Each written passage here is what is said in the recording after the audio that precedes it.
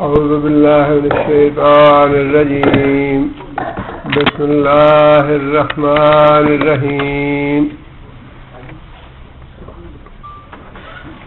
پچھلی آیتوں میں جنگ بدر اور جنگ احد کا ذکر فرمایا ہے اللہ نے۔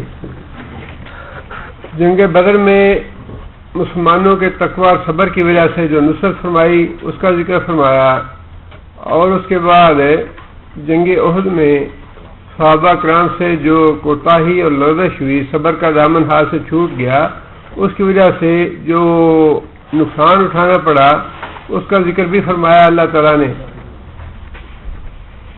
اس کے بعد اللہ تعالیٰ نے یہاں پہ سود کے بارے میں کچھ باتیں ارشاد فرمائی ہیں، سود کی حرمت کے بارے میں۔ مفسرین نے لکھا یہ ہے کہ احد میں جو لغزش ہوئی تھی صحابہ کرام سے، اس میں مال دولت کا طمع اور لالچ شامل تھا۔ مال غنیمت جب لوٹتے دیکھا صحابہ کرام نے جو پہاڑی پہ بیٹھے تھے، ان کو بھی رغبت پیدا ہوئی، ان کے دل میں یہ طمع پیدا ہوا کہ یہ مال لوٹ رہے تو ہم کیوں نہ لوٹیں۔ مال کا طمع اور لالچ جو ہے یہ کتنا انسان کو نقصان پہنچاتا ہے، دنیا میں کتنا نقصان پہنچاتا ہے اور آخرت کتنی بگاڑتا ہے انسان کی۔ اس حوالے سے پھر آپ نے اللہ تعالیٰ نے سود چونکہ بدترین قسم ہے انسان کی دنیا اور آخرت بگاڑنے والی، اور اس میں وہی طمع اور لالچ پایا جاتا ہے جو جس طمع اور لالچ کی وجہ سے صحابہ کرام سے یہ لغزش ہوئی، لہذا اس کے فوراً بعد اللہ تعالیٰ نے یہ سود کی باتیں ارشاد فرمائی ہیں۔ ویسے تو اللہ ہی بہتر جانتے ہیں کہ اصل حکمت کیا ہے، لیکن مفسرین نے ان کا آپس میں ربط یہ قائم کیا ہے کہ احد میں جو لغزش ہوئی مال کی محبت کی وجہ سے تھی، اور مال کی محبت کا جو نقصان اور بعض چیزوں سے ہو سکتا ہے یا سب سے زیادہ جس چیز سے ہو سکتا ہے، اس کا ذکر اللہ تعالیٰ نے ان آیتوں کے بعد فوراً بعد ارشاد فرمایا۔ سود کے بارے میں سورہ بقرہ میں بھی آیات گزر چکی ہیں، ان کو بھی اپنے ذہن میں رکھ لیجیے۔ وہاں اللہ تعالیٰ نے یہ بات ارشاد فرمائی تھی سورہ بقرہ کی 278 میں آیت میں، یا ایھا الذین آمنوا اتقوا اللہ، اے لوگو جو ایمان لائے ہو اللہ سے ڈرو، وذروا ما بقی من الربا ان کنتم مؤمنین، وذروا اور چھوڑ دو، ما بقی من الربا جو سود تمہارا لینے والا باقی ہے وہ چھوڑ دو لوگوں کے پاس، اسے مت لو، ان کنتم مؤمنین اگر تم واقعی مومن ہو۔ فَلَمْ تَفْعَلُوا اور اگر نہیں چھوڑتے، اگر سود لینا دینا نہیں چھوڑتے، فَأَذَنُوا بِحَرْبٍ مِّنَ اللَّهِ وَرَسُولِهِ تو اللہ اور اللہ کے رسول کی طرف سے اعلان جنگ ہے سود نہ چھوڑنے کی وجہ سے۔ وَإِن تُبْتُمْ اور اگر تم توبہ کر لو، فَلَكُمْ رُءُوسُ أَمْوَالِكُمْ تو جو تمہارا اصل زر ہے اس کے تم حقدار ہو، جو تمہارا اپنا مال ہے، رزق حلال ہے، وہ تم لے سکتے ہو۔ لا تظلمون ولا تظلمون نہ لوگوں پہ ظلم کرو اور نہ کسی سے ظلم کرو۔ وہاں پہ اللہ تعالیٰ نے قطعی طور پر سود لینا حرام قرار دیا اور اس کو اللہ اور اللہ کے رسول کے خلاف اعلان جنگ قرار دیا۔ یہاں ان آیتوں میں زمانہ جاہلیت کے حوالے سے اللہ تعالیٰ نے یہ بات ارشاد فرمائی، یا ایھا الذین آمنوا اے لوگو جو ایمان لائے ہو، لا تاکلوا الربا نہ کھاؤ سود، اضعافا مضاعفتا بڑھتا چڑھتا۔ یہاں پہ بڑھتا چڑھتا کا لفظ اللہ تعالیٰ نے اضافہ فرمایا، سورہ بقرہ میں یہ نہیں ہے۔ یہاں پہ اللہ تعالیٰ نے جو اضافہ فرمایا ہے کہ دگنا چگنا کر کے سود نہ لو، اسے سود مرکب کہتے ہیں، اور جس پہ اضافہ نہ کیا گیا ہو اس کو سود مفرد کہتے ہیں۔ سود مفرد یہ ہے کہ آدمی رقم دے 10,000 یا 50,000 اور اس کے بعد طے کر لے کہ ایک سال کے بعد اس پہ 1,000 کا یا 2,000 کا اضافہ کر کے میں واپس لوں گا، یہ تو ہے سود مفرد۔ اگر وہ آدمی معین مدت تک ادا نہ کر سکے تو پھر ساہوکار یہ کہے گا کہ ٹھیک ہے میں تمہاری مدت 6 مہینے بڑھا دیتا ہوں، لیکن تمہیں میری جو رقم دینی ہے اس میں بھی اضافہ کرنا ہوگا۔ 10,000 کے بدلے اگر تم نے 11,000 مجھے واپس کرنا تھا تو 6 مہینے کے بعد تم 11,500 واپس کرو گے۔ یہ ہے اس سود پہ اضافہ کرنا، اور اگر 6 مہینے کے بعد بھی وہ نہ کر سکے تو پھر اس پہ اور اضافہ کر دیا جائے۔ یہ ہے بڑھتا چڑھتا سود یا دگنا چگنا سود، اس سے منع فرمایا۔ اب بعض لوگوں نے اس آیت سے یہ نتیجہ اخذ کر لیا کہ قرآن نے جس سود سے منع کیا ہے وہ تو مرکب سود ہے، مفرد سود کی ممانعت نہیں ہے۔ حالانکہ جو پہلی سورہ بقرہ کی آیتیں ہیں ان میں دگنے چگنے کا لفظ نہیں ہے، اس میں سود کا ایک عام لفظ ہے جس میں مفرد بھی شامل ہے مرکب بھی شامل ہے، لہذا ممانعت دونوں کی ہے۔ سود کا 1 پیسہ جو ہے وہ بھی حرام ہے، خواہ وہ مفرد کا ہو یا مرکب کا ہو، دونوں کی ممانعت ہے۔ اور سود کی ممانعت کے بارے میں ایک بات تو نبی صلی اللہ علیہ وسلم نے یہ بات ارشاد فرمائی کہ 4 آدمیوں پہ لعنت ہے: سود لینے والا، سود دینے والا، سود لکھنے والا، سود کی گواہی دینے والا۔ فرمایا کہ 4 آدمی ان پہ لعنت ہے۔ اور دوسری یہ بات ارشاد فرمائی کہ سود والے مال سے برکت ختم ہو جاتی ہے۔ فرمایا کہ کوئی زیادہ لے یا تھوڑا لے، لیکن اس مال سے برکت ختم ہو جاتی ہے۔ برکت کا مطلب ہے اضافہ۔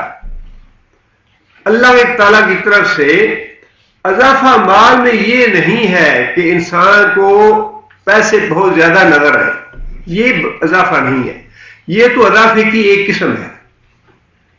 اللہ تعالیٰ کی طرف سے برکت یہ ہے کہ انسان ساری زندگی بیمار نہ ہو، صحت مند رہے، اور اس کو اپنی صحت پہ 1 پیسہ بھی خرچ نہ کرنا پڑے۔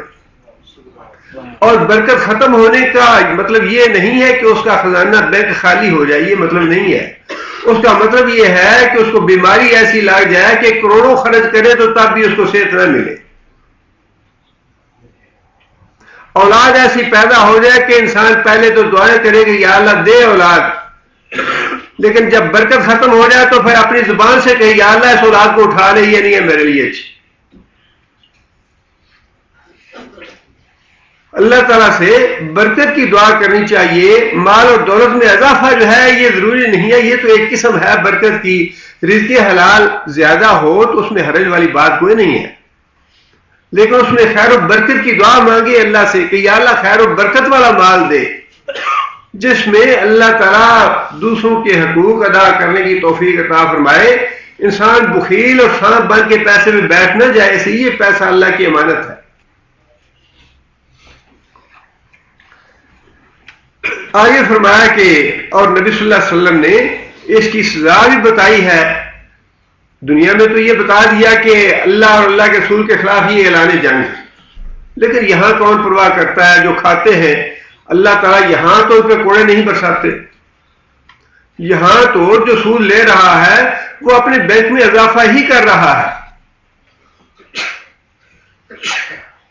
لیکن قیامت کے دن رسول اکرم صلی اللہ علیہ وسلم نے فرمایا 2 طرح کی حدیثیں ہیں۔ ایک حدیث تو معراج کے موقع کی ہے، اور ایک حدیث نبی صلی اللہ علیہ وسلم کے خواب کی ہے۔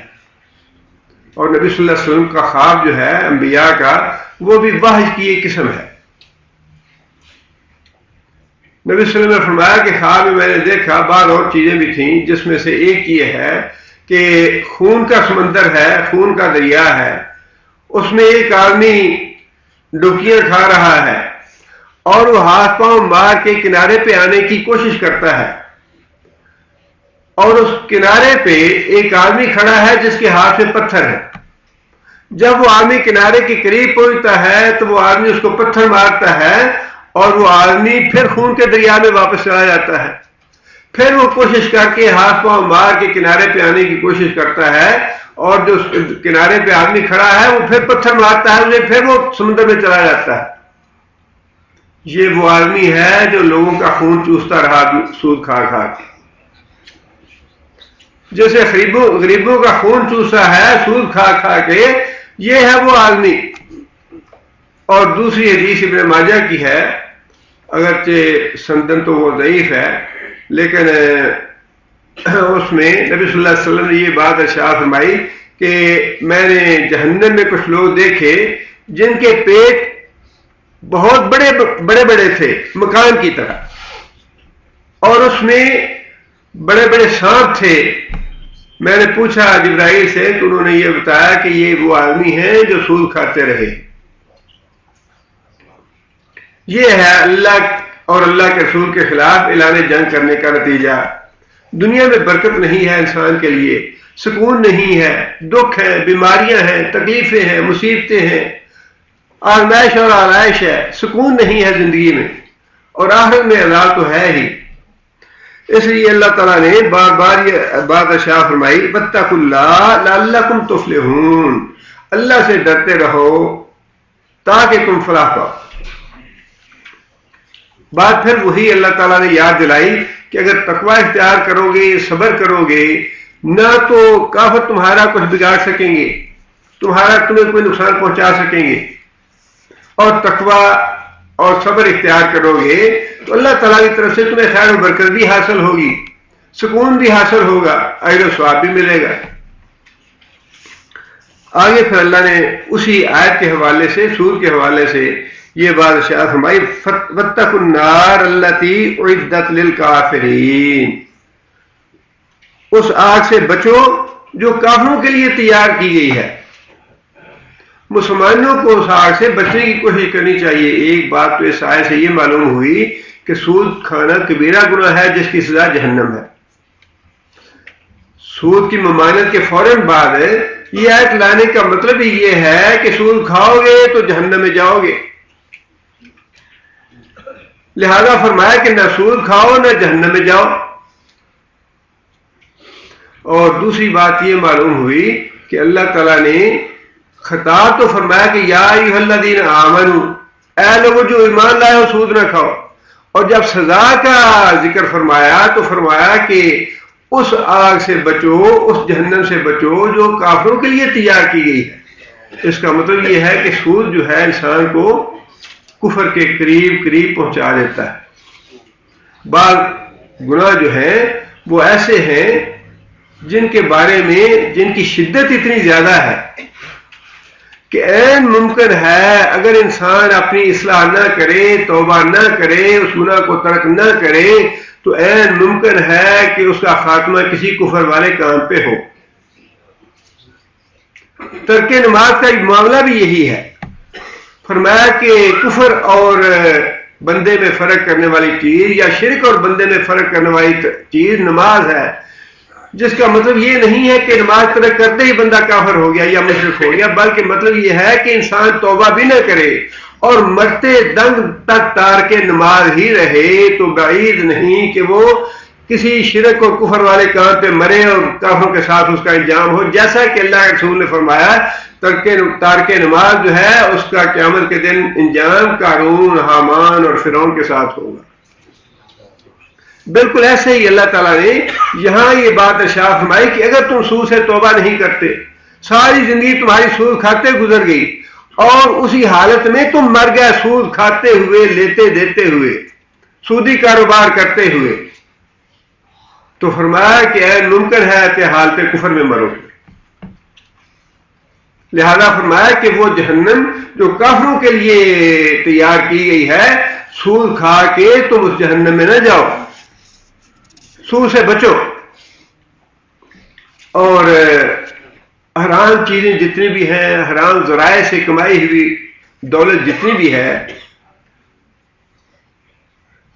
اس سارے خواہ وہ چھوٹا حرام کا چھوٹا کام ہو یا بڑا کام ہو، جھوٹ بول کے انسان روزی کمائے، دھوکہ دے کے انسان روزی کمائے، کسی کے ساتھ فریب کر کے روزی کمائے، غلط بیانی کر کے روزی کمائے، رشوت لے کے روزی کمائے یا سود کے ذریعے کمائے، ساری چیزوں کے بارے میں بعض چیزیں رسول اکرم صلی اللہ علیہ وسلم نے جامع ارشاد فرمائی ہے۔ وہ یہ ہے کہ حرام مال کمایا ہوا اس سے صدقہ قبول نہیں ہے، حرام مال کمانے والے کی دعا قبول نہیں ہے، حرام مال کمانے والے کی عبادت قبول نہیں، نہ اس کا صدقہ قبول ہے، نہ اس کی دعا قبول ہے، نہ اس کی عبادت قبول ہے، حتیٰ کہ وہ توبہ کرے، تائب ہو اپنے گناہ سے اور حرام مال کھانا چھوڑ دے، اپنے مال کو پاک کر لے، پھر اس کے لیے بالکل توبہ ہے، پھر اس کے لیے بالکل معافی ہے۔ آگے پھر اللہ تعالیٰ نے یہ بات ارشاد فرمائی وَأَطِیعُوا اللَّهَ وَالرَّسُولَ لَعَلَّکُمْ تُرْحَمُونَ۔ سیاق و سباق کے حوالے سے تو اس کا مفہوم یہ ہے کہ سود کھانے کے معاملے میں اللہ اور اللہ کے رسول کی بات مان لو، تمہارا اپنا نقصان ہے، نہیں کھاؤ گے، کھاتے رہو گے اپنا نقصان کرو گے، اور اگر چھوڑ دو گے تو اپنا فائدہ کرو گے۔ لیکن یہ آیت تو عام ہے ہر معاملے میں، سیاق کے حوالے سے تو اس کا معنی یہی ہے کہ سود کا چونکہ ممانعت کا حکم ہے، لہذا سود کے معاملے میں حکم یہ ہے کہ اللہ اور اللہ کے رسول جو بات ارشاد فرما رہے ہیں وہ اسے مان لو اور سود نہ کھاؤ۔ لیکن آیت جو ہے وہ عام ہے، اور دو باتیں بڑی اہم ہیں اس میں۔ ایک بات تو یہ ہے لعلکم ترحمون کہ اللہ تعالیٰ کی رحمت کیسے تم حاصل کر سکتے ہو؟ اللہ اور اللہ کے رسول کی اطاعت کے ساتھ۔ اگر اللہ کی رحمت چاہتے ہو تو اللہ کی رحمت حاصل کرنے کی شرط یہ ہے اللہ اور اللہ کے رسول کی اطاعت کرو، اور یہ شرط اور کسی دوسرے انسان کے لیے نہیں ہے، خواہ وہ کس مقام کا ہو اس امت میں، کتنا اونچا آدمی ہو، بزرگ ہو، عالم ہو، فاضل ہو، امام ہو، ولی ہو، شہید ہو، مجاہد ہو، جو بھی ہے ٹھیک ہے اپنی جگہ پہ، لیکن یہ مقام اور کسی کا نہیں ہے کہ اللہ کی رحمت جو ہے وہ مشروط ہو اس کی اطاعت کے ساتھ۔ اللہ رحمت کرے گا لیکن تب کرے گا جب اللہ اور اللہ کے رسول کی اطاعت کرو گے۔ اللہ اور اللہ کے رسول کی اطاعت سے منہ موڑو گے، اللہ کے رسول کے بجائے کسی دوسرے کی بات مانو گے، اللہ کی رحمت سے محروم ہو جاؤ۔ اور اللہ کی رحمت تو ایسی ہے کہ انسان کی زندگی کا ایک ایک لمحہ جو ہے وہ اللہ کی رحمت کے بغیر نہیں ہے، قبر کا معاملہ ہے وہ اللہ کی رحمت کے بغیر نہیں ہے، آخرت کا معاملہ ہے اس کے بارے میں تو اللہ کے رسول نے فرما دیا کہ جب تک اللہ کی رحمت مجھے نہ ڈھانپ لے میں بھی جنت میں نہیں جا سکتا۔ ہر بندہ ہر لمحے اور ہر پل اللہ کی رحمت کا محتاج ہے،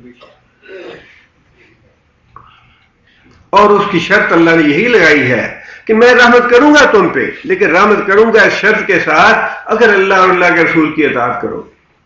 معاملہ بڑا سخت ہے یہ، رسول کو چھوڑ کے کسی دوسرے کا حوالہ بھی اللہ کو گوارا نہیں ہے، رسول کو چھوڑ کے اللہ کو کسی دوسرے کا حوالہ بھی گوارا نہیں۔ اللہ تعالیٰ نے تو اپنے رسول کی اولاد نرینہ فوت کر دی اسی لیے کہ اولاد جو ہے وہ محمد صلی اللہ علیہ وسلم کی پیغمبر کی کہیں امت جو ہے اس کو پیغمبر کا درجہ نہ دے دے، کہ اللہ کے رسول نے یہ بیٹے نے یہ فرمایا ہے، صاحبزادہ صاحب نے فرمایا ہے، صاحبزادے کا حوالہ ختم کرنے کے لیے اللہ نے پیغمبر کے بیٹے بھی اٹھا لیے کہ امت کا عقیدہ خراب نہ ہو جائے۔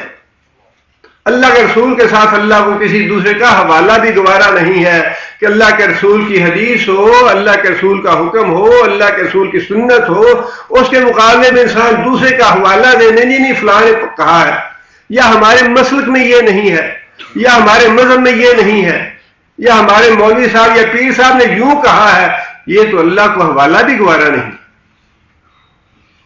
اطیعوا اللہ و اطیعوا الرسول ولا تبطلوا اعمالکم، اپنے عمل برباد کر لو گے اگر اللہ کے رسول کے علاوہ کسی اور کا حوالہ دو گے تو اعمال برباد ہو جائیں گے۔ دوسری بات یہ ہے کہ سارے قرآن مجید میں جہاں کہیں بھی اطاعت کا معاملہ آیا ہے اللہ تعالیٰ نے دونوں حوالے کیوں دیے ہیں؟ کہیں بھی ایسے نہیں آیا اطیعوا اللہ اور اللہ کے رسول کا نام چھوڑ دیا گیا، اور کہیں بھی ایسا نہیں ہے کہ اطیعوا الرسول کہا گیا ہو اور اللہ کا نام چھوڑ دیا گیا، ایسا تو کہیں بھی نہیں ہے۔ آخر یہ دونوں لازم ملزوم کیوں ہیں؟ اللہ کے رسول جو کچھ اللہ فرمائیں گے اللہ کے رسول نے اس سے الگ تو کچھ نہیں فرمانا۔ اللہ نے خود ارشاد فرما دیا وما ينطق عن الهوى ان هو الا وحی یوحى کہ محمد صلی اللہ علیہ وسلم تو میری وحی کے بغیر بول ہی نہیں سکتے، نہ ہی کوئی بات کہہ سکتے ہیں. تو پھر ہونا تو یہ چاہیے تھا کہ کافی تھا اللہ کے رسول کا نام لے لیا جاتا. اور ویسے تو شریعت بھیجنے والی اللہ کی ذات ہے، آخری حکم اللہ کا ہے، اللہ کے رسول تو نافرمانی کر نہیں سکتے. تو اس لحاظ سے تو صرف اللہ کا لفظ آ جاتا کہ اللہ، تو وہ بھی کافی تھا.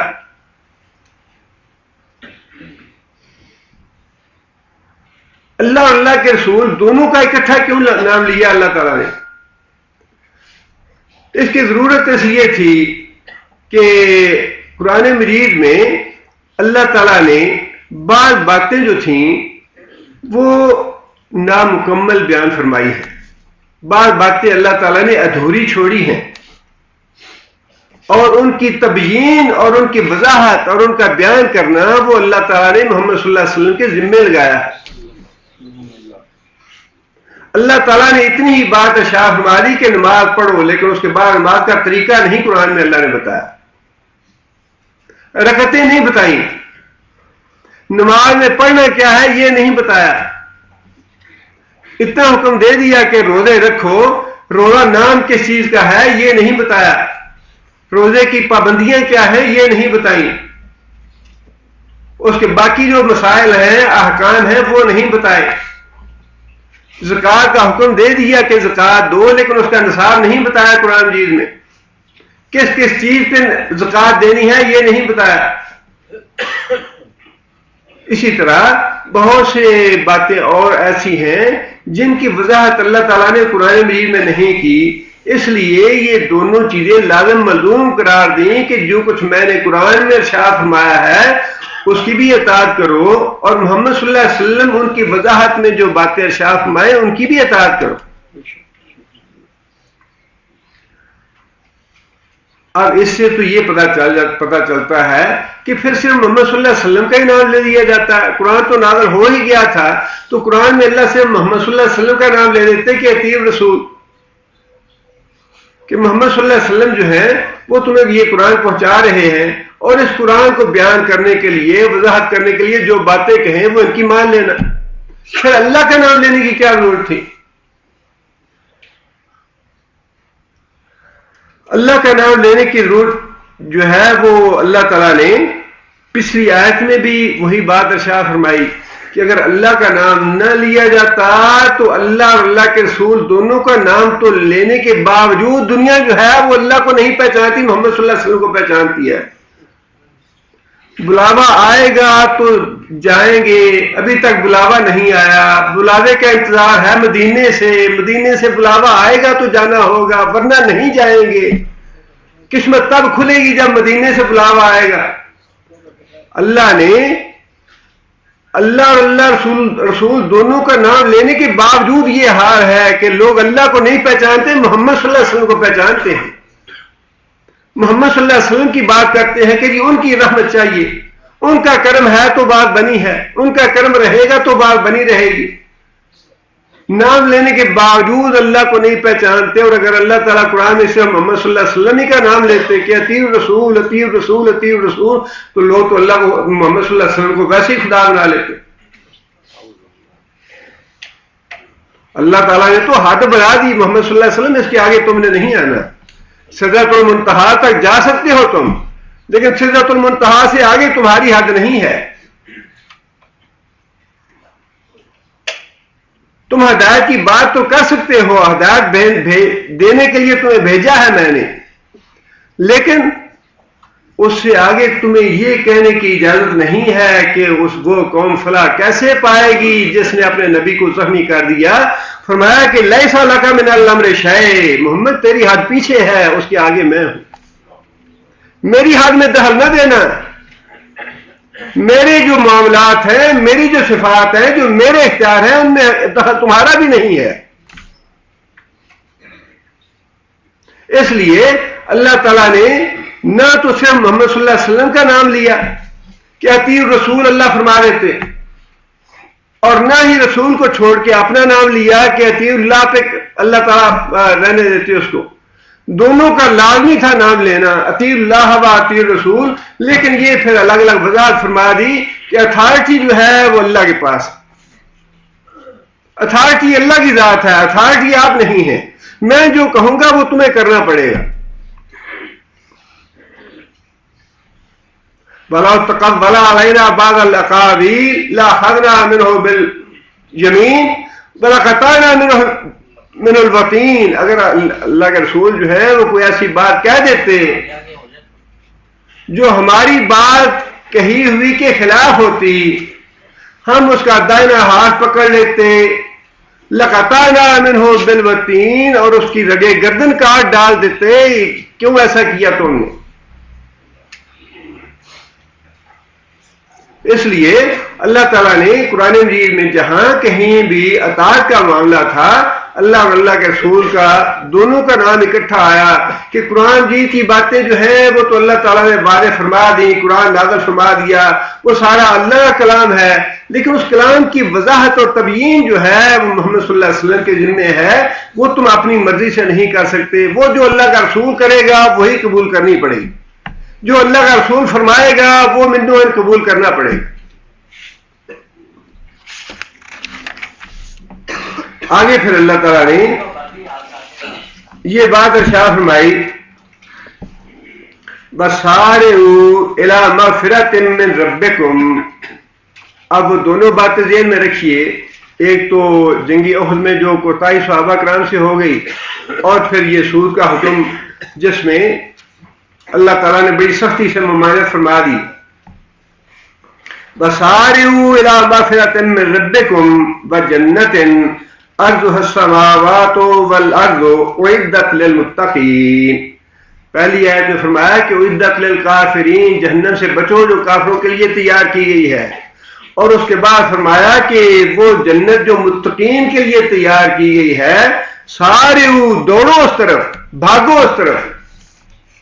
آپ اندازہ فرمائیں کہ اللہ تعالیٰ نے لفظ کیسا استعمال فرمایا، یہ بالکل بات تو ایمان والی ہے۔ اللہ تعالیٰ نے ویسے بڑی حکمت ہے اللہ کے فیصلوں میں اور اللہ تعالیٰ کے کاموں میں۔ اللہ تعالیٰ نے موت کا وقت نہیں بتایا، موت کا تعین نہیں کیا، ہر آدمی کے سر پہ موت کی تلوار جو ہے وہ ایسے لٹکا دی ہے کہ کوئی پتہ نہیں کس وقت انسان کی روح اللہ قبض کر لیں، چلتے پھرتے قبض کر لیں، یا بستر پہ قبض کر لیں، سوتے ہوئے قبض کر لیں، چلتے ہوئے قبض کر لیں، کہیں جاتے ہوئے کر لیں، جب بھی چاہیں اللہ تعالیٰ کی قبض کر سکتے ہیں۔ اللہ تعالیٰ نے وقت کا تعین نہیں فرمایا، اور اسی حوالے سے یہ بات ارشاد فرمائی کہ اب دوڑو اللہ کی رحمت حاصل کرنے کے لیے، اللہ کی مغفرت حاصل کرنے کے لیے۔ مغفرت حاصل کرنے کا مطلب جو ہے دونوں اس کے مفہوم ہیں۔ ایک تو یہ ہے کہ اللہ تعالیٰ کی مغفرت کی طرف دوڑو، بار بار مغفرت کرو اللہ کے حضور، اللہ سے اپنے گناہوں کی معافی مانگو۔ رسول اکرم صلی اللہ علیہ وسلم نے فرمایا کہ لوگوں میں اللہ تعالیٰ سے روزانہ 100 دفعہ مغفرت مانگتا ہوں، اپنے گناہوں کی معافی مانگتا ہوں، تم بھی گناہ کی معافی مانگا۔ اللہ کے رسول کا اسوہ بھی ہمارے لیے حسنہ ہے، ہر معاملے میں ہمیں پیروی کرنی چاہیے، لیکن یہ جو باتیں اللہ کے رسول نے فرمائی یہ محض ہماری تعلیم کے لیے نہیں ہے، یہ بالکل صحیح اور سچی باتیں ہیں جو اللہ کے رسول نے فرمائی۔ جنگی احد میں جو یہ بات ارشاد فرمائی اللہ کے رسول نے، صحابہ نے کہا یا رسول اللہ آپ اونٹ پہ بیٹھے رہیں، ہم آپ کے ساتھ پیدل چلتے ہیں، تو فرمایا کہ جتنی ثواب کی تمہیں ضرورت ہے اتنی ہی مجھے بھی۔ حالانکہ اللہ کے رسول ہے، اللہ نے اگلے پچھلے سارے گناہ معاف فرما دیے، سید الانبیاء ہے، سرور عالم ہے،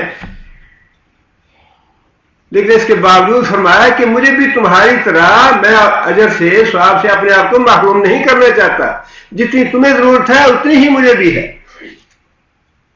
اور فرمایا کہ میں دن میں 100 مرتبہ اللہ سے اپنے گناہوں کی معافی مانگتا ہوں، تم بھی اللہ سے گناہوں کی معافی مانگا کرو۔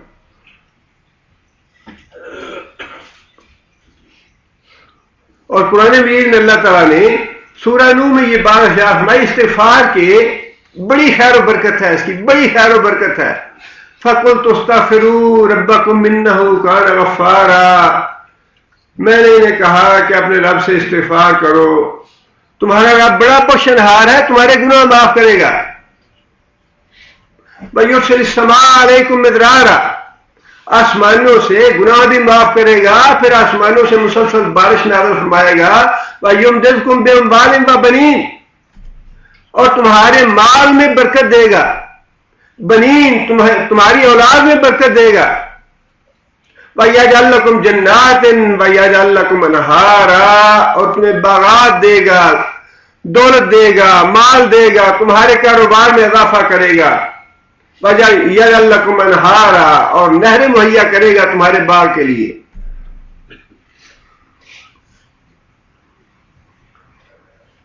سب سے آسان کلمہ وہ تو یہی ہے، انسان استغفر اللہ کہتا رہے، یہ بھی استغفار ہے۔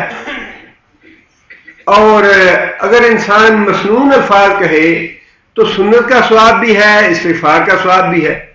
اللہم اغفر لی وتب علی انک انت التواب الغفور، یہ نبی صلی اللہ علیہ وسلم کے کثرت کے ساتھ الفاظ پڑھنے والے ہوتے تھے استغفار کے۔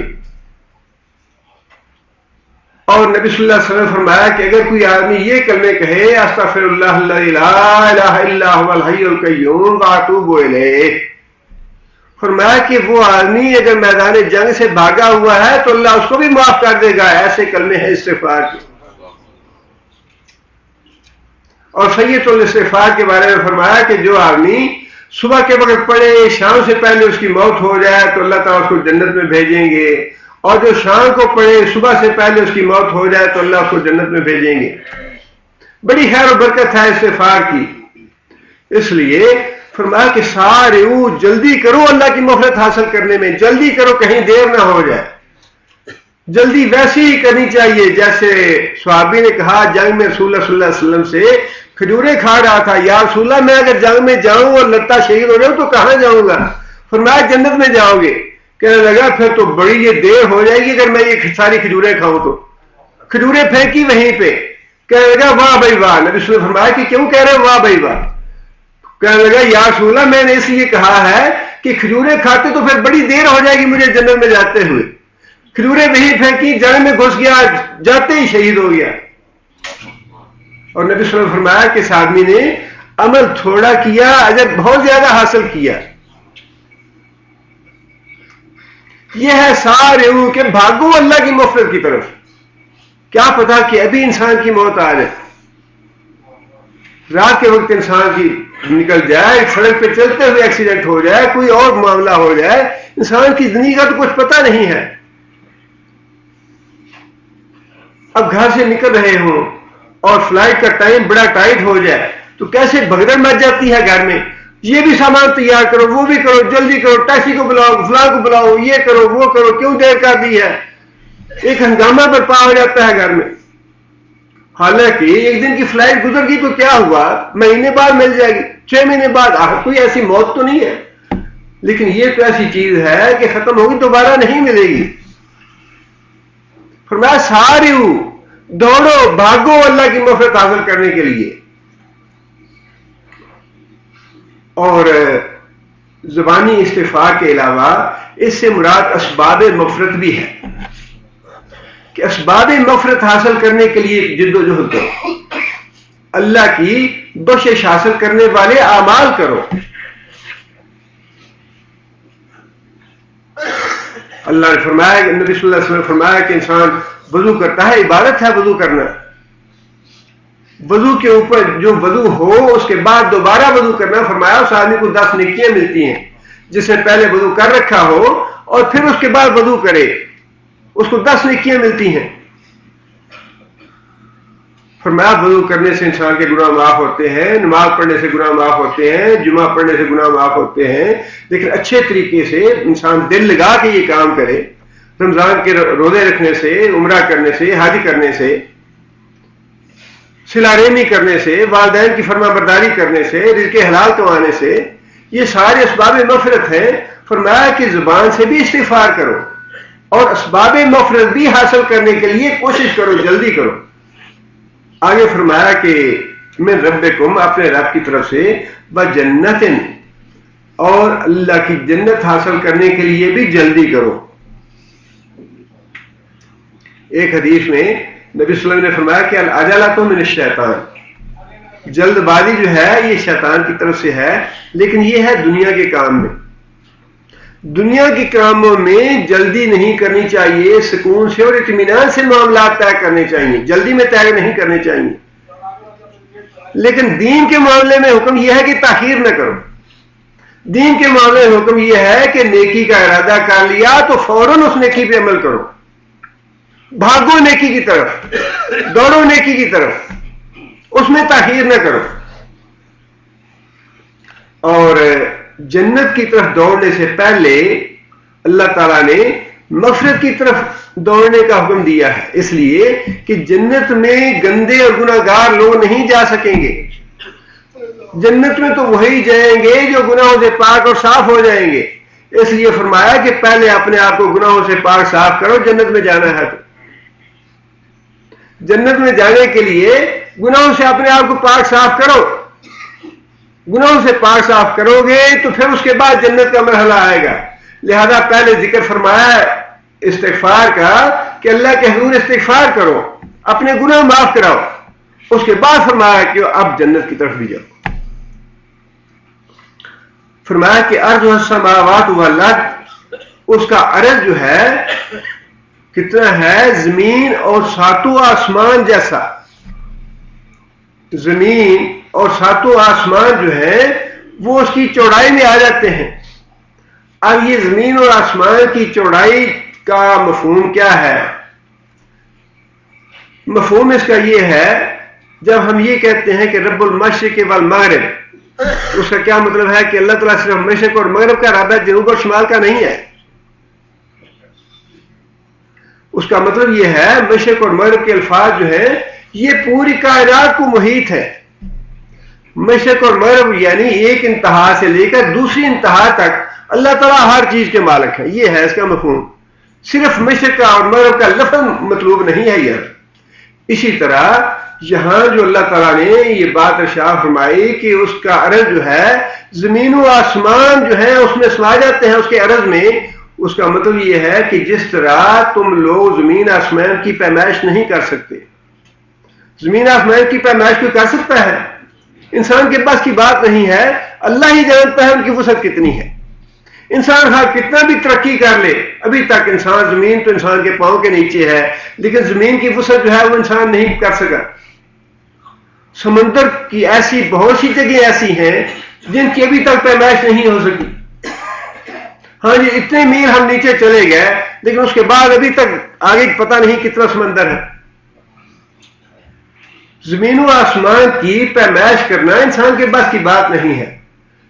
اسی طرح مطلوب یہ ہے اس آیت سے کہ جنت کی جو چوڑائی ہے وہ اتنی ہے کہ تم پیمائش نہیں کر سکتے اس کی. زمین و آسمان اس میں سما سکتے ہیں اس کی چوڑائی میں، اور اگر اس کا عرض اور چوڑائی اتنی ہے تو اس کی جو لمبائی ہے، اس کا جو طول ہے، وہ تو انسان کا تصور میں بھی نہیں آ سکتا. انسان اس کا سوچ بھی نہیں سکتا. لہذا فرمایا کہ اس جنت کے لیے دوڑو، اس جنت کے لیے کوشش کرو، بھاگو اس جنت کے لیے. ارض السماوات والارض، جس کا عرض زمین و آسمان جتنا ہے، جیسا ہے. اعدت للمتقین، جو تیار کی گئی متقی لوگوں کے لیے. اللہ کے رسول نے یہ بات ارشاد فرمائی کہ جنت جو ہے، ساری مخلوق جب جنت میں چلی جائے گی تو جنت میں جگہ پھر بھی بچ جائے گی. آپ اندازہ لگائیے کہ کروڑ سال سے اللہ کے نیک بندے، متقی اور انبیاء، صلحاء، علماء، فضلاء، اور قیامت تک کتنے ہوں گے، کتنی تعداد ہوگی ان کی اللہ ہی بہتر جانتے ہیں. لیکن ان سارے لوگوں کے جنت میں چلے جانے کے باوجود نبی صلی اللہ علیہ وسلم نے فرمایا کہ جنت میں جگہ بچ جائے گی، اور اللہ تعالیٰ ایک نئی مخلوق پیدا فرمائیں گے اپنی جنت بھرنے کے لیے. اور جنت میں جو لوگ جائیں گے ان کے معاملے میں بھی اللہ کے رسول نے فرمایا کہ ایسے نہیں ہے جیسے اس دنیا میں ہم اپنے محلات بناتے ہیں یا فلیٹ یا اپنے مکان بناتے ہیں یا گھر بناتے ہیں. فرمایا کہ آخری آدمی جب جنت میں جائے گا اللہ تعالیٰ اس کو معاف کر کے جنت میں بھیجنا چاہیں گے تو اللہ تعالیٰ سے پوچھیں گے کہ بتاؤ تمہیں جنت میں کتنی جگہ چاہیے، اور وہ بندہ جو ہے شرمندہ ہو کے ہنسنا شروع کر دے گا کہ یا اللہ تو رب العالمین ہے اور مجھ سے مذاق کرتا ہے، دنیا ساری چلی گئی جنت میں اور ہر ایک نے جنت میں جگہ جا کے اپنی سنبھال لی اور تو مجھے اب پوچھتا ہے کہ جنت میں کتنی جگہ چاہیے تجھے۔ انسان کی عقل جو ہے وہ اتنی ہی ہے، اس دنیا میں بھی انسان کو یہ سمجھنا چاہیے کہ انسان ہم سے زیادہ احمق اور بیوقوف کوئی نہیں ہے، بات وہ مان لینی چاہیے جو اللہ اور اللہ کے رسول نے فرمائی ہے، ہماری اس کھوپڑی میں آئے یا نہ آئے۔ انسان کی عقل اللہ نے خود فرمایا ہے کہ وما اوتیتم من العلم الا قلیلا، میں نے بڑا تھوڑا علم دیا ہے تمہیں، اور اسی میں آزمائش ہے ہماری کہ ہم اپنے آپ کو احمق اور بیوقوف سمجھتے ہیں یا نہیں سمجھتے، یا اپنے آپ کو بڑا کھٹپیٹ اور بڑے عقل مند اور بڑے دانا سمجھتے ہیں، اللہ کا مقابلہ کرتے ہیں، اللہ کے رسول نے یہ نہیں یوں ہونا چاہیے تھا، یہ بات اللہ نے ایسے کیوں فرمائی، رسول اللہ صلی اللہ علیہ وسلم یہ ایسے کیوں فرمائی، اچھا جی یہ تو یوں بھی ہو سکتا ہے، یہ تو اس لیے تھا تو ایسے بھی ہو سکتا ہے، یہ ساری باتیں بے ایمانی کی ہیں، ایمان کی نہیں ہیں۔ قدم قدم پہ اللہ کے رسول نے فرمایا، جو باتیں اللہ کے رسول نے فرمائی ہے نا، اب آج تو یہ ماننے کو کوئی تیار نہیں کہ اللہ تعالیٰ نے فرمایا کہ عورت ناقص العقل ہے، ناقص العقل ہے، اب ذرا کسی عورت کو کہہ کے دیکھے تو فوراً گلے چڑھ جائے گی، یہ پتہ نہیں ہے کہ اللہ کے رسول کی بات ہے یہ، اور اللہ کے رسول نے جو بات ارشاد فرمائی ہے یہ 100% سچ ہے۔ آپ ذرا بات کہہ کے دیکھیں کسی اخبار میں یا کسی تقریر میں یا کسی خطبے میں، پورا ملک جو ہے وہ آپ کے جیسے کھکھر میں ہاتھ ڈال دیتے ہیں ویسے پورا ملک جو ہے وہ آپ کے پیچھے پڑ جائے گا، یہ تم نے کیا کہا۔ اور اچھے بھلے پڑھے لکھے لوگ جو ہیں انہیں یہ نہیں مساوات ہے، عورتوں مرد برابر ہے آپس میں، وہاں بھی انسان یہی سوچے گا کہ یا اللہ جنت تو ساری بھر گئی ہے، میرے لیے کیا جنت میں جگہ باقی بچی ہوگی۔ اللہ فرمائیں گے کہ تو تمنا تو کر، انسان پھر کہے گا یا اللہ تو آپ مجھ سے مذاق کرتے ہیں، اللہ فرمائے گا کہ جتنی دنیا تھی، جتنی دنیا ہے، کیا اتنی جگہ لے کے خوش ہو جاؤ گے؟ دنیا جتنی ہے کیا جنت میں اتنی جگہ لے کے خوش ہو جاؤ گے؟ انسان کہے گا ہاں یا اللہ۔ اللہ فرمائیں گے کہ جا جتنی دنیا ہے اتنی جگہ اور اس سے 10 گنا اور بھی زیادہ تمہیں دے کے جنت میں بھیجتا ہوں۔ یہ ہے آخری آدمی جنت میں جانے والا۔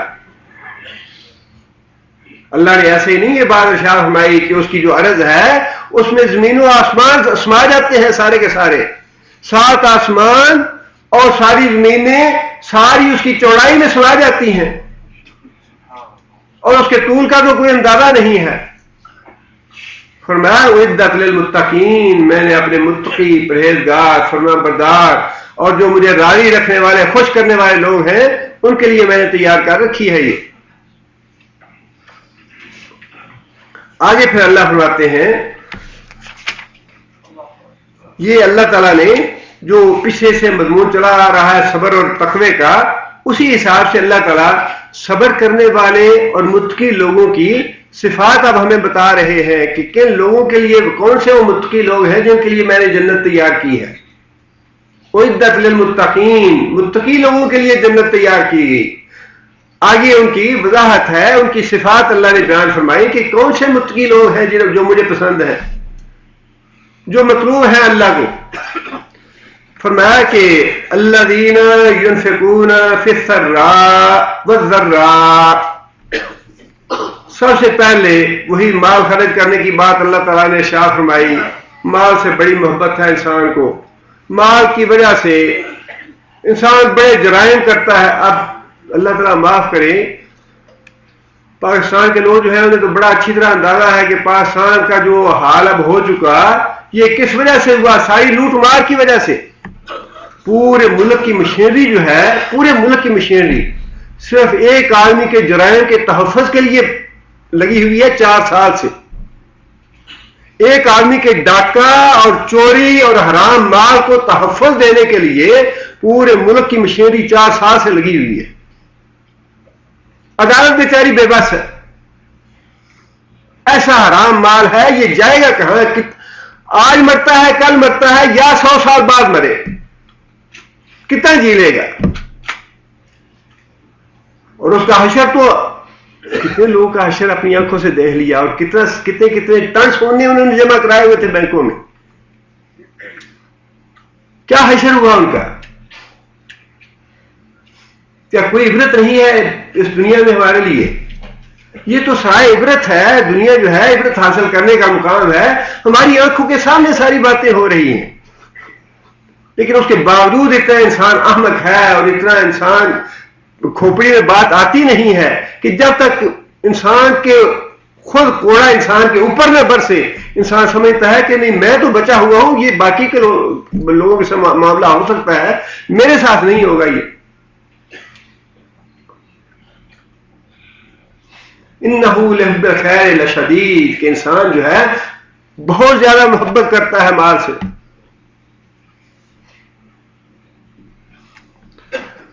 کلا بل تحبون العاجلہ وتذرون الآخرہ, تمہارا حال یہ ہے تحبون العاجلہ, دنیا سے بڑی محبت ہے تمہیں, وتذرون الآخرہ, اور آخرت کو تم چھوڑ دیتے ہو, اس کو پرواہ نہیں کرتے, اس کو نظر انداز کر دیتے ہو کہ آخرت میں کیا ہونے والا ہے. فرمایا کہ پلے سے مال نکالو اللہ کے لیے, اللہ کی راہ میں خرچ کرو اپنے نفس کا. دیکھیے تزکیہ بڑا شور ڈالتے ہیں, تزکیہ نفس ہونا چاہیے جی, اور تزکیہ نفس کے لیے ایک پاؤں پہ ساری رات کھڑے ہو کے عبادت کرنی چاہیے, الٹے لٹکے عبادت کرنی چاہیے, کنویں میں 40 سال گزار کے عبادت کرنی چاہیے, بغیر وضو کے بغیر کھائے پیے انسان جنگل میں جائے گھاس پھوس کرتا رہے اور وہ عبادت کرنی چاہیے. ریاضت کرنی ہے, مشقت کرنی ہے, جو مشقت اللہ نے بتائی ہے اس کے قریب نہیں جانا. سب سے بڑی مشقت اور سب سے بڑی ریاضت, سب سے بڑا تزکیہ یہ ہے کہ انسان اللہ کی راہ میں اپنا مال خرچ کرے.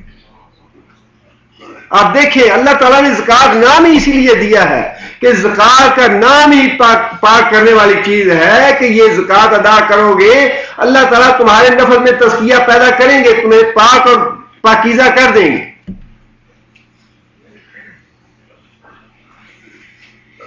اور جتنے بھی اس طرح کے تزکیہ کرنے والے صوفیاء ہیں ان کے جا کے بینک بیلنس دیکھیں, ان کے جا کے خزانے دیکھیں, ان کے گھروں میں جا کے جو سونے کے میٹیں دبی ہوئی ہیں وہ نکال کے دیکھیں تو پتا چلے گا تزکیہ نفس کیا ہے. سارا دھوکہ اور فریب اور جھوٹ ہے. تزکیہ نفس اس کے علاوہ ہے نہیں. اللہ کے رسول نے جو بتایا, رسول اللہ صلی اللہ علیہ وسلم نماز سے فارغ ہوئے, صحابہ کہتے ہیں کہ نماز سے فارغ ہوتے ہی رسول اللہ صلی اللہ علیہ وسلم کے گھر میں چلے گئے, اور ہمیں تعجب ہوا کہ نبی صلی اللہ علیہ وسلم نے ایسا کبھی نہیں کیا. نبی صلی اللہ علیہ وسلم واپس تشریف لائے, صحابہ نے پوچھا کہ یا رسول اللہ کیا معاملہ ہوا؟ فرمایا کہ میرے گھر میں سونے کے چند درہم یا چاندی کے چند درہم پڑے تھے, اور مجھے اس بات کا فکر ہوا کہ کہیں میری زندگی میں یہ صدقہ نہ ہو, میری موت ہو جائے, میں گھر میں گیا تھا جا کے صدقہ کرایا ہوں اس کو.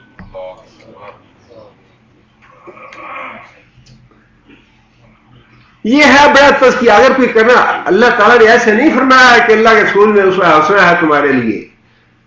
جو اپنا تزکیہ کرنا چاہتا ہے, جو اپنے آپ کو سیدھا کرنا چاہتا ہے, اللہ کے رسول کے ایک ایک قدم پہ قدم رکھ کے تو دیکھے انسان تزکیہ ہوتا کیوں نہیں.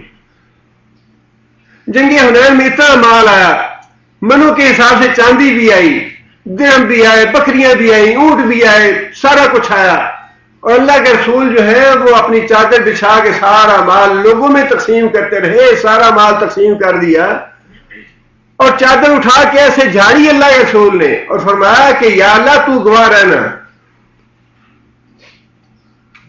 تیرا پیغمبر جیسا گھر سے آیا تھا ویسے ہی خالی چادر لے کے گھر میں جا رہا ہے. تو کر کے تو دیکھے تزکیہ نفس.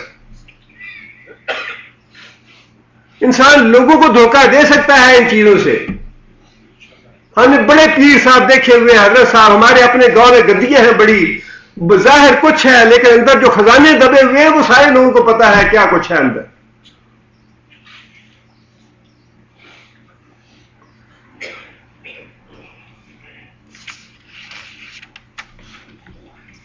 آدمی آیا مانگنے کے لیے, رسول اکرم صلی اللہ علیہ وسلم کے پاس کچھ نہیں تھا, نبی صلی اللہ علیہ وسلم فرمایا کہ بیٹھ جائے.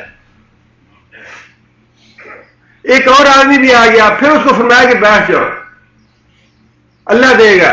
اتنے میں کچھ آدمی آیا کوئی صدقہ لے کے, نبی صلی اللہ علیہ وسلم پوچھا کہ صدقہ دینے والا کہاں گیا؟ نبی صلی اللہ علیہ وسلم نے اس کو بلا کے صدقہ دیا اسے.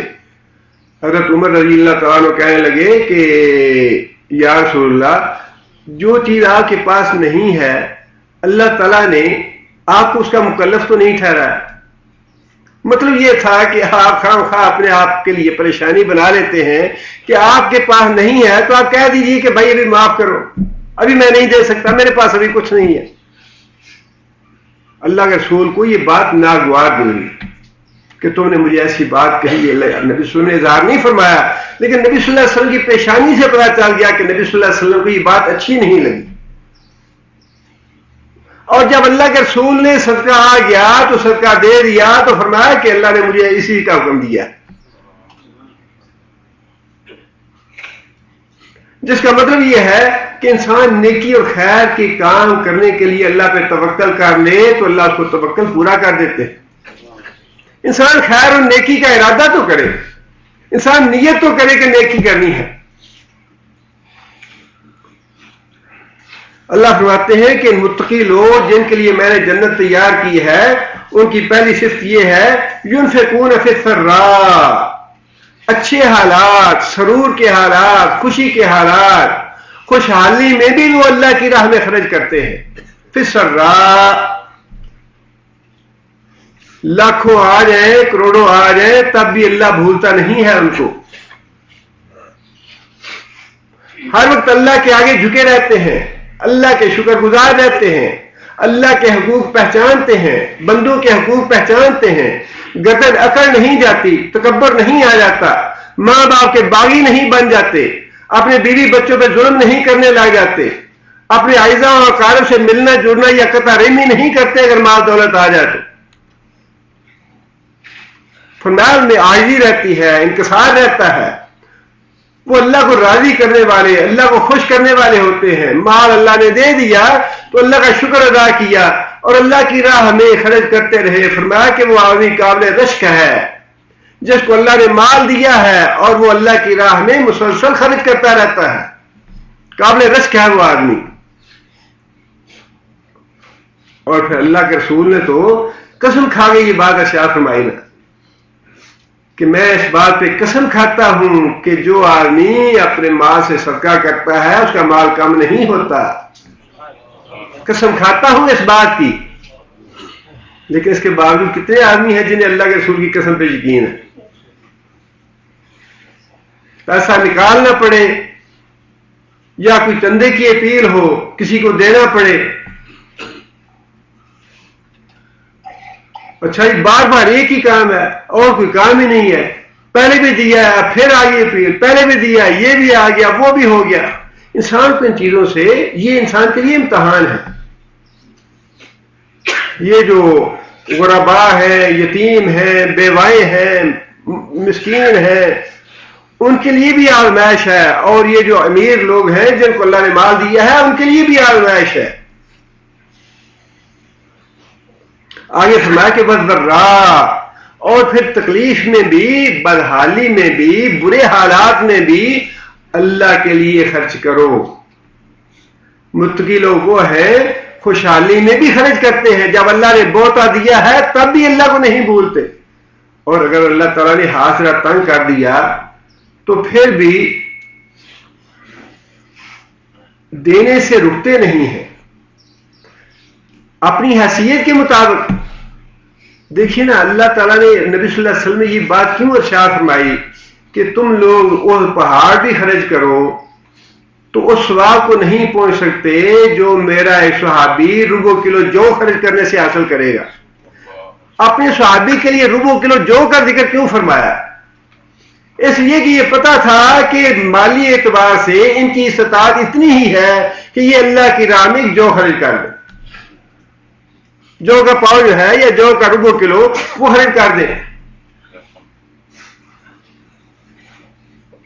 لیکن صحابہ کرام کا کیونکہ نیت اور خلوص ایسا تھا کہ جنگ تبوک پہ نبی صلی اللہ علیہ وسلم کے پاس آتے ہی یا رسول اللہ ہمارے پاس جانے کے لیے جنگ پہ جہاد پہ سامان نہیں ہے، ہمیں سامان مہیا کیجیے۔ اللہ رسول فرماتے ہیں کہ سامان تو میرے پاس بھی نہیں ہے، میں کہاں سے لا کے دوں آپ کو؟ تو اللہ نے قرآن میں ان کا ذکر فرمایا، ان کو اللہ تعالیٰ ان کو اتنی ادا پسند آئی کہ اے محمد صلی اللہ علیہ وسلم یہ تیرے پاس آتے ہیں سامان مانگنے کے لیے، جب انہیں سامان نہیں ملتا تو روتے ہوئے واپس جاتے ہیں کہ افسوس کہ ہم جہاد پہ نہیں جا سکے۔ دلوں کو اللہ جانتا ہے، اس لیے فرمایا کہ اگر ایک آدمی کے پاس 10 لاکھ ہے تو وہ 10 لاکھ کے حساب سے دے، اور ایک آدمی کے پاس 1000 ہے تو 1000 کے حساب سے ہی دے۔ اللہ یہ نہیں فرماتے کہ تم بھی ویسا ہی خرچ کرو، بلکہ جس کے پاس 1000 ہے وہ اپنے 1000 کی استطاعت کے مطابق خرچ کرے، جس کے پاس کروڑ ہے وہ کروڑ کے حساب سے خرچ کرے، جس کے پاس لاکھوں کے حساب سے ہے وہ لاکھوں کے حساب سے خرچ کرے۔ اللہ نے تو نیت دیکھنی ہے، بعید نہیں کہ لاکھوں اور کروڑوں کے حساب سے جو آدمی خرچ کرنے والا ہو اس کے مقابلے میں جو ہزاروں والا خرچ کرے اللہ کو اس کا زیادہ پسند آ جائے۔ اس لیے اللہ نے فرمایا کہ متقی لوگ وہ ہیں جو خوشحالی میں بھی خرچ کرتے ہیں اور تنگی میں بھی خرچ کرتے ہیں۔ تنگی میں بھی اپنے آپ کو انفاق فی سبیل اللہ سے روکو نہ۔ آگے پھر یہ فرمایا کہ والقاظمین الغیظ، متقی لوگ وہ ہیں جو اپنے غصے کو دبا لیتے ہیں، غصے کو پی جاتے ہیں۔ بہت بڑی صفت ہے یہ۔ غصہ کس پہ آتا ہے جی؟ غصہ آتا ہے جو کمزور ہوتا ہے، تگڑے پہ غصہ نہیں آتا، غصہ اس پہ آتا ہے جو کمزور۔ بیوی پہ انسان غصہ کرتا ہے اور بیوی بیچاری جو ہے اس کو خواہ کتنی تکلیف یا رنج کیوں نہ ہو، بیچاری کیا کرے گی؟ وہ تو غصہ نہیں کرتی، وہ تو ہر وقت مسکرا کے ویلکم کرے گی کسی طرح سے موڈ ٹھیک رہے۔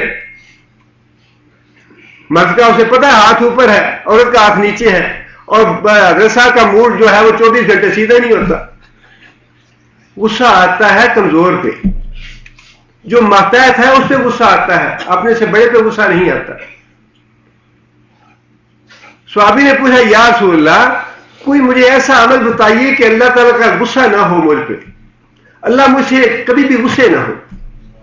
فرمایا کہ لا تغضب، پھر تو بھی غصہ نہ کیا کر۔ اگر یہ چاہتا ہے کہ اللہ تو اسے غصے نہ ہو، لا تغضب، پھر تو بھی غصہ نہ کر۔ ایک آدمی نے آگے پوچھا یا رسول اللہ کوئی ایسا عمل بتائیے کہ میں جنت میں چلا جاؤں۔ نبی صلی اللہ علیہ وسلم نے اس کو بھی یہی بات ارشاد فرمائی کہ لا تغضب، غصہ نہ کیا کر۔ اور ایک آدمی نے نبی صلی اللہ علیہ وسلم سے عرض کی یا رسول اللہ مجھے کوئی نصیحت فرمائے۔ فرمایا لا تغضب، غصہ نہ کر۔ اچھا یا رسول اللہ کوئی اور؟ فرمایا لا تغضب۔ وہ عرض کرنے لگا یا رسول اللہ اچھا کوئی اور نصیحت؟ فرمایا لا تغضب۔ 3 دفعہ نبی صلی اللہ علیہ وسلم نے ایک ہی بات ارشاد فرمائی کہ غصہ نہ کیا کر۔ اور یہ بات بھی اللہ کے رسول نے فرمائی، اس کی وجہ صرف یہی ہے کہ غصہ جو ہے وہ کمزور پہ آتا ہے، کمزور کے ساتھ شفقت کا معاملہ کرنا چاہیے، کمزور کے ساتھ محبت اور درگزر کا معاملہ کرنا چاہیے۔ اپنے بیوی بچوں کے لیے خاص اللہ نے فرمایا کہ اگر تم ان سے درگزر کرو، ان کو معاف کرو تو تمہارے لیے بہتر ہے۔ یہ تعدیب کرنی چاہیے، ادب سکھانا چاہیے، ضرورت کے وقت ڈانٹنا چاہیے اور کنٹرول رکھنا چاہیے اپنے گھر پہ۔ زیادہ خرچ نہ ہو، فضول خرچی نہ ہو، گندے کام نہ ہو، کوئی برا کام نہ ہو گھر میں، نماز کی پابندی کرنے والے ہوں، صدقہ خیرات دینے والے ہوں گھر میں، بیوی بچے نیک کام کرنے والے ہوں۔ برائی سے انسان کو غصہ آنا چاہیے، لیکن یہ جو غصہ ہے جس کی ممانعت فرمائے گی بار بار، وہ ہے جو انسان ایسے بلا وجہ کمزور پہ غصہ نکالتا ہے۔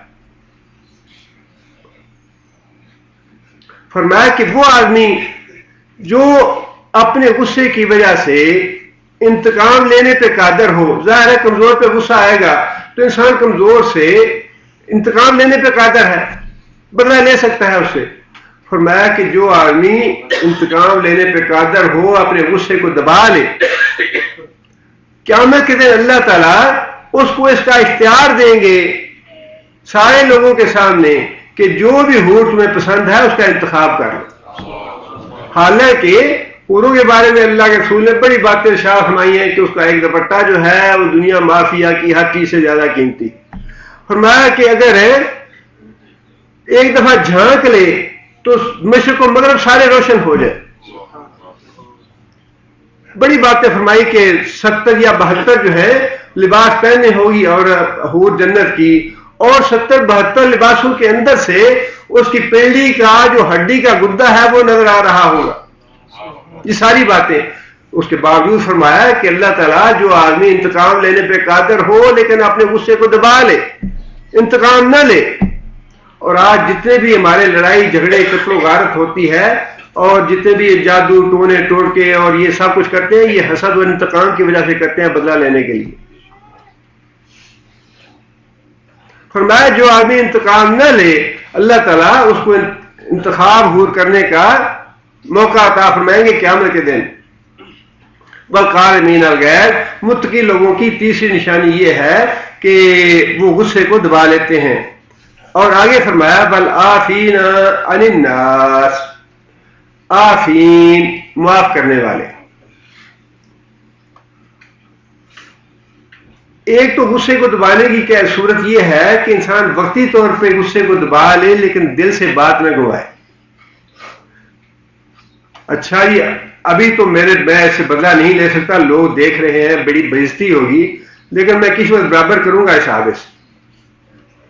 6 مہینے گزر جائے، سال گزر جائے اور اس سے ایسا انتقام لے آدمی، اپنے دل میں بات رکھے، دل سے بات گوائے نہ، یہ نہیں. فرمایا کہ والعافین عن الناس، غصہ بھی دباؤ، غصہ بھی نہ کرو، اور پھر اس کے بعد دل سے بات گواؤ، اپنی دل میں بات نہ رکھو، دل سے معاف کرو.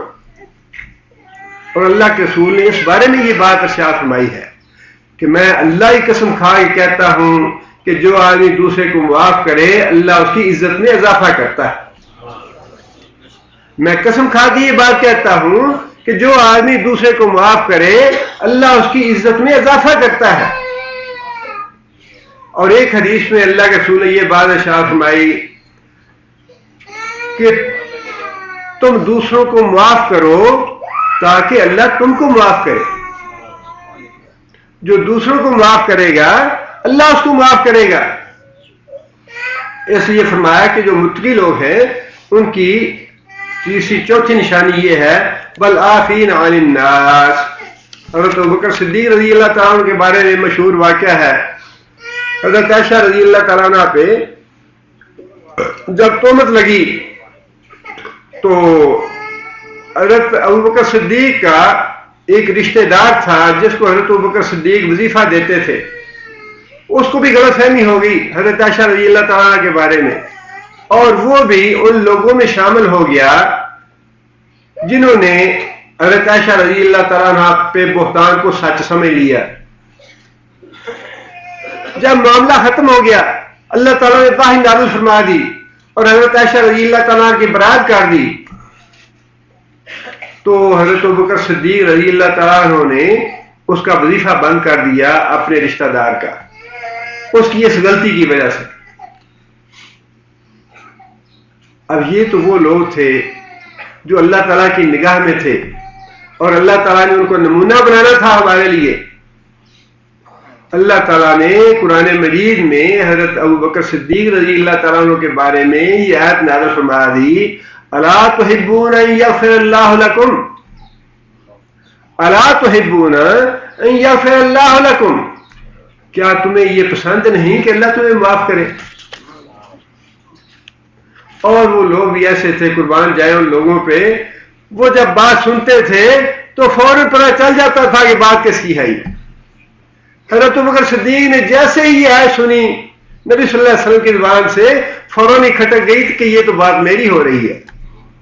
ہم تو سارا قرآن پڑھ جاتے ہیں، کبھی یہ محسوس ہی نہیں کیا کہ اللہ ہم سے مخاطب ہے. جو باتیں اللہ کے رسول نے صحابہ سے کہیں کہ بھئی یہ کرو یہ کرو یہ کرو، وہ ٹھیک ہے مخاطب صحابہ بھی ہیں لیکن اس میں مخاطب تو ہم بھی ہیں کہ بھئی تم بھی ایسا کرو. افشوا السلام واتموا الطعام واصلوا الارحام وصلوا باللیل والناس نیام. یہ ساری باتیں کس کے لیے ہیں؟ اس کے مخاطب ہم ہیں. قرآن مجید کی ساری باتوں کے مخاطب ہم ہیں. ہونا تو یہ چاہیے کہ جیسے ہی انسان آیت پڑھے، آیت سنے کوئی، حدیث سنے کوئی، فوراً انسان اپنا جائزہ لے کے فوراً فیصلہ کرے کہ یہ اس میں میرے والی کون سی بات.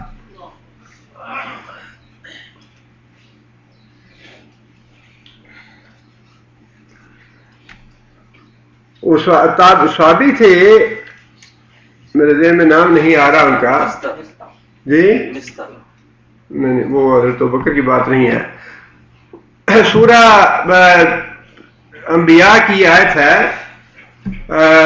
اس قرآن میں، فیہ ذکرکم افلا تعقلون، اللہ تعالیٰ نے مخاطب کیا ہے سارے لوگوں کو، فیہ ذکرکم، اس میں تمہارا ذکر ہے، افلا تعقلون، کیا تم عقل سے کام نہیں لوگے؟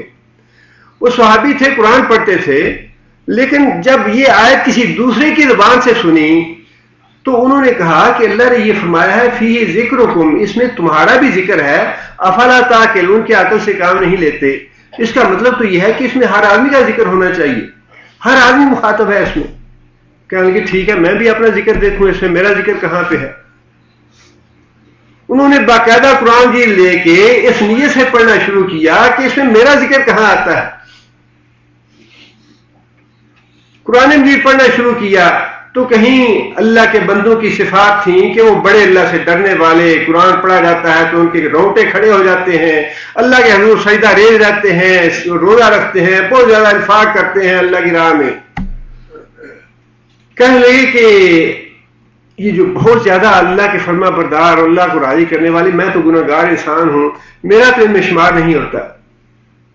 اور پھر کہیں جو گناہ گار لوگ تھے، اللہ کا انکار کرنے والے، اللہ کو جھٹلانے والے، رسول کے خلاف جنگ کرنے والے اور رسول کے نافرمان، ان کا ذکر آیا تو پھر کہنے لگے کہ اللہ کا شکر ہے کہ میں ایمان تو لایا ہوں اللہ کے رسول پہ، لیکن میں ایسا تو نہیں ہوں کہ اللہ کا نافرمان اور اللہ کا انکار کرنے والا یا رسول کا انکار کرنے والا ہوں، میرا ذکر تو ان میں بھی نہیں ہے۔ پھر بعض جگہ پہ ایسے لوگوں کا ذکر پڑا جس میں اللہ تعالیٰ نے یہ بات ارشاد فرمائی کہ میرے کچھ بندے ایسے ہیں جو نیکیاں کرتے ہیں اور نیکیوں کے ساتھ کچھ گناہ بھی، ان کے ملے جلے اعمال ہیں، نیکیاں بھی ہیں اور ان کے اعمال برے بھی ہیں، اور جب ان کو برائی کا احساس ہوتا ہے، گناہ کا احساس ہوتا ہے تو وہ مجھ سے استغفار کرتے ہیں، توبہ کرتے ہیں۔ جب یہ آیتیں انہوں نے پڑھی تو کہنے لگے کہ ہاں واقعی اللہ نے میرا بھی ذکر کیا ہے اور میں اللہ کا شکر کرتا ہوں کہ اللہ نے مجھے قرآن میں بھلایا نہیں۔ میں گناہ گار تو ہوں لیکن اللہ پہ ایمان رکھتا ہوں، رسول پہ ایمان رکھتا ہوں، اور جب کوئی گناہ ہوتا ہے توبہ استغفار بھی کرتا ہوں، جتنی اللہ توفیق دے اتنی نیکی کی بھی کوشش کرتا ہوں، اور باقی میرا بھی اللہ نے ذکر کیا ہے۔ انسان کو قرآن اور حدیث پڑھتے ہوئے جائزہ لے کے سمجھنا چاہیے کہ میں اس میں کس حد تک مخاطب ہوں اللہ اور اللہ کے رسول کا۔ حضرت ابوبکر صدیق کو فوراً یہ بات محسوس ہو گئی کہ یہ بات تو اللہ تعالیٰ نے مجھے مخاطب فرمائی ہے، فوراً ہی حضرت ابوبکر اللہ تعالیٰ کہہ لگے کہ ہاں یا اللہ بلا کیوں نہیں، ہم تو چاہتے ہیں کہ اللہ ہمیں معاف کرے، اور میں نے بھی معاف کیا مصر۔ دوبارہ اس کا وظیفہ پھر شروع کر دیا۔ فرمایا کہ متقی لوگوں کی چوتھی علامت یہ ہے عافین عن الناس، کہ لوگوں کو معاف کر دینے والے ہیں۔ آگے فرمایا کہ واللہ یحب المحسنین، واللہ اور اللہ تعالیٰ یحب محبت کرتا ہے، پیار کرتا ہے، کن سے؟ محسنین، ایسے ہی نیک عمل کرنے والوں سے۔ جو یہ نیک عمل کرنے والے ہیں اللہ ان سے محبت کرتا ہے، اللہ ان سے پیار کرتا ہے۔ اللہ تعالیٰ غصہ بھی کرتے ہیں، اللہ محبت بھی کرتے ہیں، اللہ نفرت بھی کرتے ہیں، اور اللہ نے بتا دیا ہے کہ کون اللہ کے غصے والے کام ہیں، کون اللہ کے نفرت والے کام ہیں، کون سے کام اللہ کے محبت والے اور اللہ کے پیار کرنے والے کام ہیں۔ فرمایا کہ اللہ کی راہ میں خرچ کرو، خواہ تم پہ اچھا حال ہو یا برا حال ہو، اور اپنے غصے کو دبا کے رکھو اور کمزور لوگوں کو معاف کر دیا کرو، اللہ تم سے محبت کرے گا۔ اور آگے فرمایا کہ انشاءاللہ اگلی آیت درس سے شروع کریں گے۔ سبحان ربک رب العزت عما یصفون۔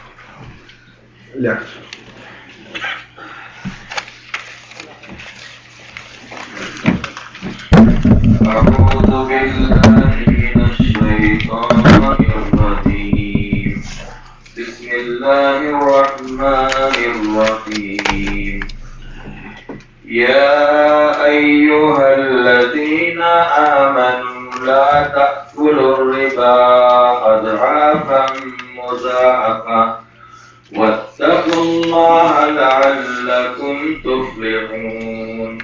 واتقوا النار التي أعدت للكافرين وأطيعوا الله والرسول لعلكم ترحمون وسارعوا إلى مغفرة من ربكم وجنة عرضها السماوات والأرض أعدت للمتقين الذين ينفقون في السراء والضراء والكاظمين الغيظ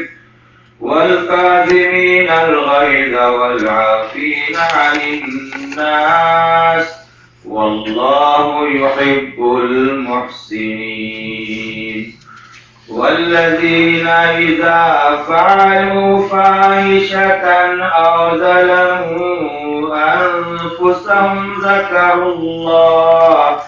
ذكروا الله فاستغفروا لذنوبهم ومن يغفر الذنوب إلا الله ولم يصروا على ما فعلوا وهم يعلمون أولئك جزاؤهم مغفرة من ربهم وجنات تجري من تحتها الأنهار خالدين فيها ونعم أجر العاملين.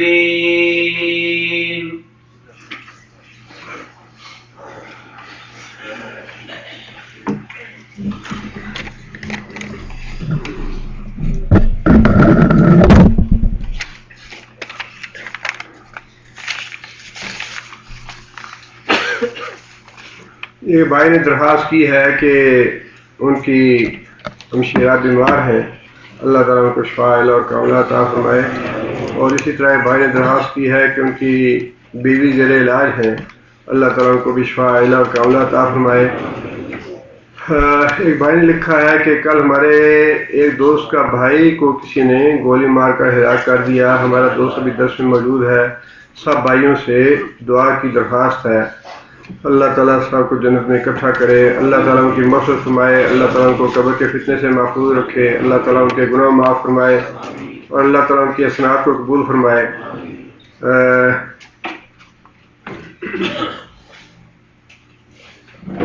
کیا سو کر اٹھنے کے بعد بستر پر لپیٹ دینا چاہیے؟ ایسا نہ کرنے پر کیا بستر پر شیطان لوٹتا ہے؟ ایسی کوئی حدیث میرے علم میں نہیں ہے، واللہ اعلم بالصواب۔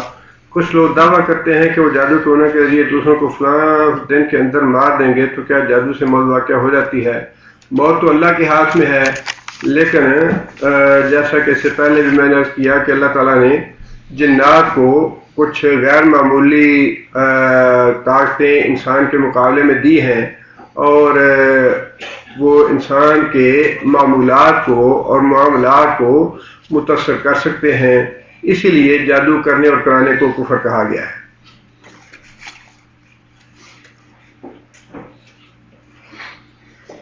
ایک دوست نے بچی کی منگنی کر دی ہے، لیکن نکاح اور رخصتی صرف اس لیے نہیں کر رہے کہ لڑکے کا ویزا پکا نہیں ہے،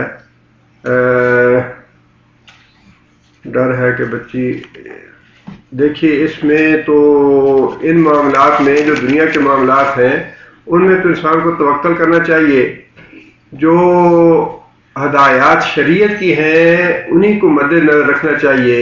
باقی معاملات سارے ایسے ہوتے ہیں کہ انسان کی نیت پہ بڑا انحصار ہوتا ہے، انسان کی نیت جو ہے وہ اگر اللہ اور اللہ کے رسول کے احکام کے تابع ہے تو اللہ تعالیٰ ہر طرح کی خیر اور بھلائی کے اسباب خود پیدا کر دیتے ہیں۔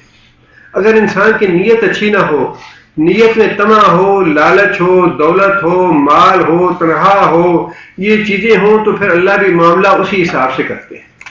اس لیے خاص طور پہ رشتوں کے معاملے میں تو یہی میں گزارش کروں گا کہ جو اللہ اور اللہ کے رسول کی ہدایات ہیں، دین کو مقدم رکھیں، دین کو مقدم رکھیں، دین کو مقدم رکھنے سے خیر اور بھلائی ہے، اور دنیا کو اس میں ڈالیں گے، اگر دنیا دین کے ساتھ آتی ہے تو حرج نہیں، باقی چیزیں اگر آ جائیں اللہ دے دے تو ممانعت نہیں ہے ان کی، لیکن مقدم بہرحال دین کو رکھیں. فرمایا کہ تیرا نا خاک آلود ہو، کامیاب زندگی گزار، دین کو مقدم کر. دین کو مقدم رکھیں گے زندگی واقعی کامیاب ہوگی. دین کو پیچھے چھوڑ دیں گے، دنیا کو مقدم کریں گے تو واقعی خاک آلود ہوگا نا، انسان ذلیل اور رسوا ہوتا ہے. اس لیے جو دنیا کے معاملات ہیں ان کے معاملے میں توکل کریں. اگر آپ نے دین کے حوالے سے رشتہ طے کیا ہے تو پھر باقی چیزوں کو نہ دیکھیں. ایک بھائی نے لکھا ہے کہ ان کے بہنوئی صاحب بیمار ہیں، اللہ تعالیٰ ان کو شفا عاجلہ و کاملہ عطا فرمائے. آپ کی نبوت سے پہلے آپ کے والدین وفات پا گئے تھے، کیا وہ مسلمان تھے اور آپ کی وجہ سے ان کا مقام جنت میں ہوگا؟ واللہ اعلم بالصواب. کیا رسول اللہ صلی اللہ علیہ وسلم سے ایک انگلی پہ ایک دفعہ یا پھر 3 دفعہ ذکر ثابت ہے؟ نبی صلی اللہ علیہ وسلم کا دائیں ہاتھ کی انگلیوں پہ ذکر کرنا ثابت ہے، لیکن ایک انگلی پہ 1 دفعہ یا 3 دفعہ اس کے بارے میں وضاحت کی کوئی حدیث میرے علم میں نہیں ہے. واللہ اعلم بالصواب. کیا موبائل فون میں موجود آڈیو قرآن پاک حمام میں لے کر جانا جائز ہے یا ناجائز ہے؟ سوال یہ ہے کہ 10 افراد نے جو کہ ہندو تھے 50,000 یومیہ کے حساب سے میرے ساتھ کام کیا. جمعہ کے دن میرے ساتھ مسئلہ بن گیا، میں پاکستان چلا گیا. اب سوال یہ ہے کہ 500 ریال کا کیا کروں کیونکہ ان کا ملنا مشکل ہے. کوشش یہ کریں کہ کسی طرح ان کے کسی جاننے والے کے ساتھ کوئی رابطہ ہو سکے اور یہ امانت ان کو واپس پہنچائی جائے. اگر کوشش کے باوجود یہ ایسا نہ ہو سکے تو دعا کریں کہ اللہ تعالیٰ ان کی طرف سے صدقہ کریں اور دعا کریں کہ اللہ تعالیٰ ان کو ایمان کی دولت نصیب فرمائے تاکہ یہ صدقہ ان کی طرف سے قبول ہو جائے، ورنہ حالت کفر میں ان کی طرف سے صدقہ کیا گیا بھی قبول نہیں.